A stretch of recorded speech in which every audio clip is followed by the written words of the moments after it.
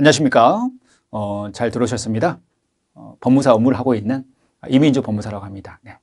제가 이제 강의할 부분은 뭐냐면요. 제목이 이렇죠. 부동산 등기법 총론. 네. 자, 이것은 우리 실무적으로 부동산 등기 사건과 연결이 되는 어떤 법입니다. 자, 그 중에서 이 총론은 그러니까 뭐냐면요. 이 부동산 등기 사건이 여러 가지가 있겠죠. 뭐 소유권 이전 등기, 뭐 소유권 보존 등기, 전세권 설정 등기, 뭐 전세권 말소 등기, 또 저당권 뭐 설정 등기, 이런 사건들에 있어서 공통적으로 이제 필요한 어떤 절차적 부분을 공부하는 겁니다. 그래서 목차를 보시면 크게 이제 저희 강의는 총론 강의는 32강으로 구성이 되어 있는데요. 여기서 크게 두 부분으로 나누라 그러면은 이렇게 나눌 수가 있어요. 1강부터 크게 이제 여기 있죠. 1강부터 28강까지. 자, 또 1강부터 28강을 또 두 개로 나누라 그러면은 이렇게 볼 수 있습니다. 자, 1강부터 여기 있죠. 1강부터 6강까지. 네. 그래서 1강부터 6강은 뭐냐면요. 이거 이제 이 부동산 등기법의 부동산 등기 사건에서 어떤 부동산 등기법의 어떤 개념적인 부분을 보는 겁니다. 부동산 등기 제도가 무엇이고, 또 어떤 걸 등기하고, 또 등기부가 어떻게 생겼고, 또 등기를 왜 하고, 또 어디서 등기소에서 누가 등기관이 뭘 가지고 하는지. 그래서 이걸 공부를 하고요. 그리고 이제 이 7강부터는 이제 7강부터 이 32강은 바로 이겁니다. 절차. 등기 절차에 대한 부분입니다. 그런데 이 등기 절차는 이제 크게 이렇게 볼 수가 있거든요. 등기 절차는 이 신청인이 접수를 하겠죠. 접수. 그리고 등기관이 심사해서 등기를 실행하겠죠. 네. 자, 이렇게 있으면 자, 신청인이 이제 누가 등기를 신청하고 어떻게 하고 이게 우편으로 되는지, 신청서를 어떻게 작성하는지, 또 신청을 누가 하는지, 판결받아서 등기할 때 어떻게 하는지, 대리인이 할 때 어떻게 되는지, 채권자 할 때 어떻게 되는지. 그리고 여러분, 외국인과 재국민은 특수한 자들이죠. 이때 뭐 인감증명서 같은 걸 어떻게 하는지, 또 종중이 어떻게 사건을 처리하는지. 이것은 그 신청인이 특수한 경우입니다. 신청인이 특수한 경우를 지금 이야기를 하고 있어요. 신청인이.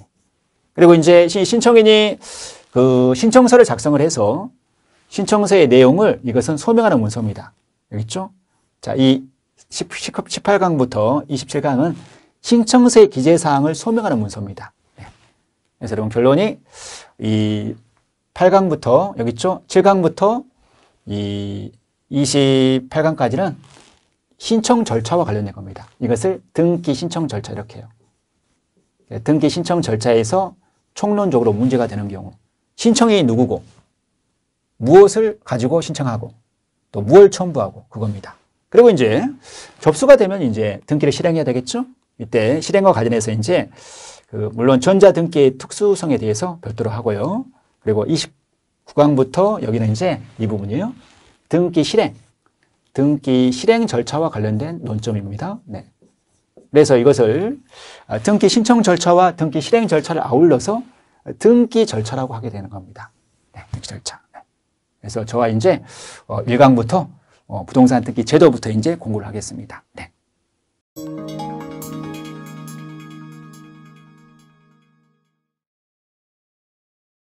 네, 이번 시간에는 저희들이 부동산 등기 제도가 뭔가 여기에 대해서 저희가 볼 겁니다. 그래서 부동산 등기의 개념, 즉 부동산 등기라는 사건이 뭔가, 그리고 부동산 등기법의 개념, 이걸 저희가 볼 거고요. 그리고 이 부동산 등기법이 왜 탄생이 됐고, 그리고 우리 실무적으로 부동산 등기 사건이 어떤 기능을 하는가, 거기에 대해서 저희가 볼 겁니다.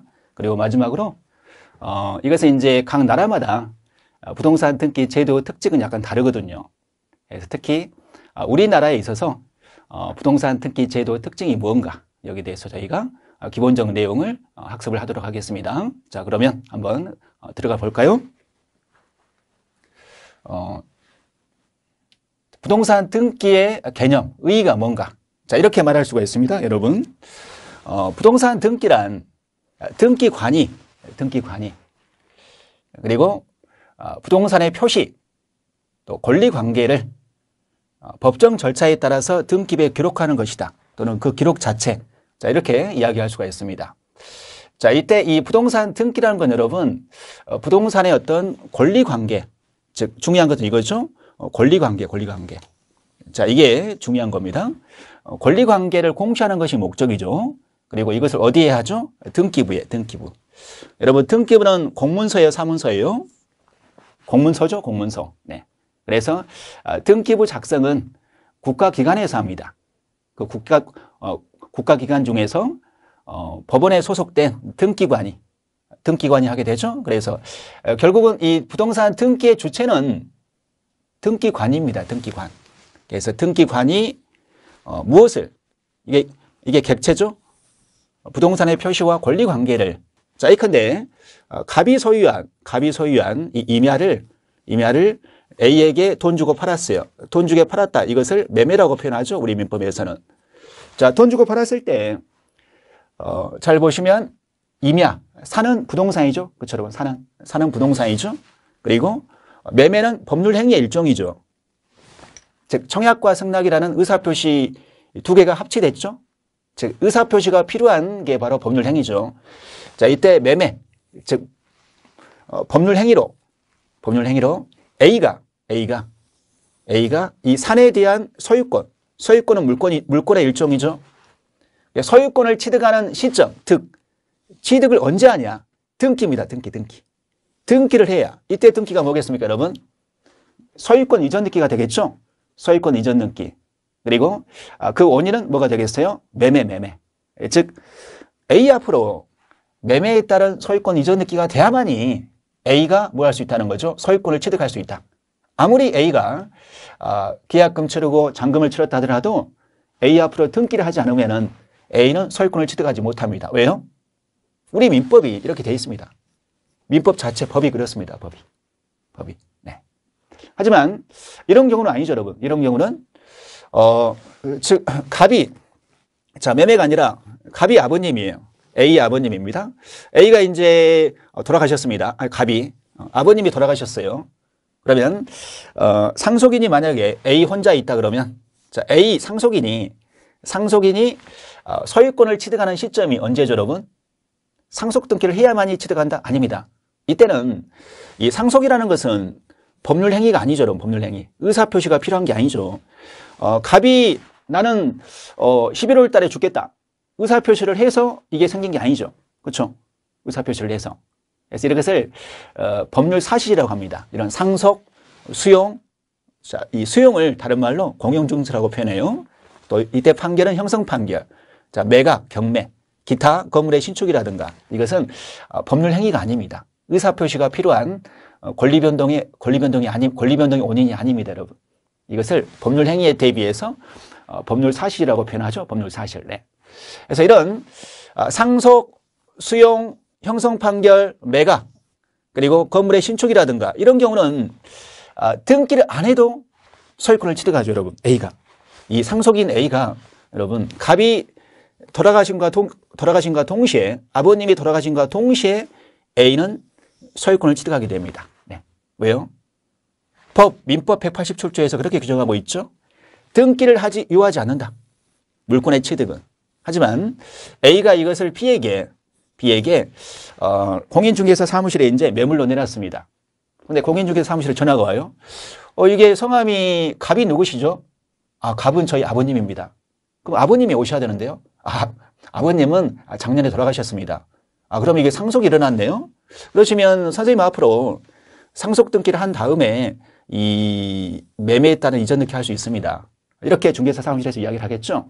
자, 이 상속받은 재산을 B에게 매매로 이렇게 처분하죠. 그렇죠? 즉 이때 처분하기 위해서는 등기를 해야 됩니다. 등기를. 이때 등기가 뭘까요? 이 사례에서는 뭐겠습니까? 상속에 따른 소유권 이전 등기가 되겠죠. 네, 상속에 따른 소유권 이전 등기. 그래서 그렇지 않으면 여러분 이 상속 등기를 청약하고 바로 이렇게 등기를 해버리면은 마치 망자하고 이 매수인이 B가 계약을 한 것처럼 공시가 되어버리죠. 때문에 반드시 신청이 있어야 됩니다. 원칙이. 신청주의 A가 직권, 법원의 명령인데요. 자, 이것도 뒤에 가서 저희가 자세히 배우실 겁니다. 그래서 이 부동산 등기법 제22조가 신청주의 대원칙을 규정한 규정입니다, 여러분. 신청주의 대원칙. 그래서 등기는 여러분 등기는 누가 하죠? 등기는 등기관이 하죠. 왜요? 등기부는 공문서니까 공문서에 작성할 수 있는 자는 공무원이 해야 되잖아요. 즉 공무원이 하는 어떤 공법상 그 국가기관의 행위지만 등기의 효과는 여러분 등기의 효과는 이 사인이 누리죠. 사인이 등기 효과는 그렇죠. 등기 효과는. 그래서 이 그 고등어 찜은 주방에 있는 아주머님이 하지만 그 맛은 누가 보죠? 손님이 보죠. 손님이. 그 효과는 사인이 보기 때문에 사인의 신청에 맡기는 겁니다. 그래야만이 등기가 가장 진정성이 있다. 진정성 있는 등기가 이루어진다. 이렇게 보고 있는 겁니다. 네. 그래서 대원칙 신청주의. 자, 이때 신청은 이렇게 돼 있죠. 공동신청주의. 자, 이것도 뒤에서 저희가 자세히 배우실 거예요. 의무자와 권리자, 즉 매도인과 매수인이 같이 해야 된다. 이것을 공동신청주의라고 합니다. 네. 자, 그리고 6번 원인을 증명하는 서면의 사서증명성. 이 말은 즉 인증, 다른 말로 공증. 공증을 받을 필요가 없다고 합니다. 매매계약서, 증여계약서 이런 서류를 등기 원인증명정보라고 하거든요. 그래서 매매계약서 공증받지 않습니다. 여러분 등기할 때. 또 이것은 등기관의 심사권과 관련해서 등기관은 오직 이 위조가 됐는지 실체법상 유효인지 무효인지를 심사하지 않고 오직 서류만에 의해서 심사합니다. 서류만에 의해서. 그러니까 지금 예컨대 이 땅, 이 논을 이제 답이라죠. 답. 지목상 답이라 하죠. 자, 이쪽 주변이 아무리 봐도 이 시세가 3억인데 지금 매매 계약서를 보니까 3천에 이 매매가 된 겁니다. 그리고 매도인을 보니까 92세. 그러면 이것은 불공정 행위 아니냐. 그래서 등기관이 보고 그 매도인분한테 전화를 할 수 있냐? 못해요. 불공정 행위는 여러분 무효죠. 민법 104조 기에서 그렇죠. 자, 이렇게 유효 무효를 심사할 수가 없습니다. 오직 서류만에 의해서 심사합니다. 이것을 형식적 심사주의라고 합니다. 또 이건 보셨죠? 등기를 해야만이 권리 변동이 생긴다. 자, 이 공신력 불인정이라는 것은 잘못된 공시 방법을 믿고 거래한 자, 이자를 보호하지 않는다. 이것을 우리 민법에서 공신력이라고 표현하죠. 우리나라는 공신력이 불인정되죠. 그러니까 이거죠, 여러분. 갑이 소유한 이 건물을 A가 뭐 매매계약서, 인감증명서 이런 것들을 유조해가지고 등기를 했습니다. 그리고 잽싸게 B한테 팔았어요.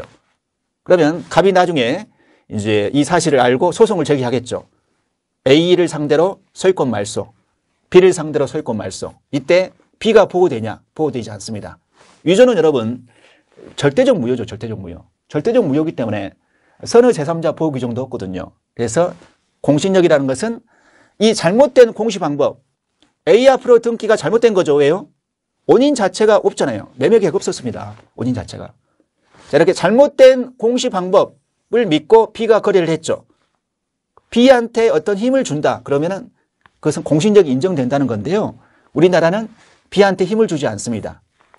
이것을 공신력 불인정이라고 하죠. 즉 공신력이라는 것은 잘못된 공시 방법을 믿고 해서 대장상 분할 등록이 되어 있지 않는 경우에는 분할의 효과가 발생되지 않습니다. 그러니까 수박이 안 쪼개진 거예요. 안 쪼개졌는데 등기부를 두 개로 나눈다? 그건 무효입니다. 무효. 네, 결론이 여러분 분할 절차 없이 실행된 분필 등기는 무효다. 이렇게 보시면 됩니다. 그래서 오늘 첫 시간에 부동산 등기 어떤 기초적 개념에 대해서 보셨습니다. 네, 너무나 수고 많으셨습니다.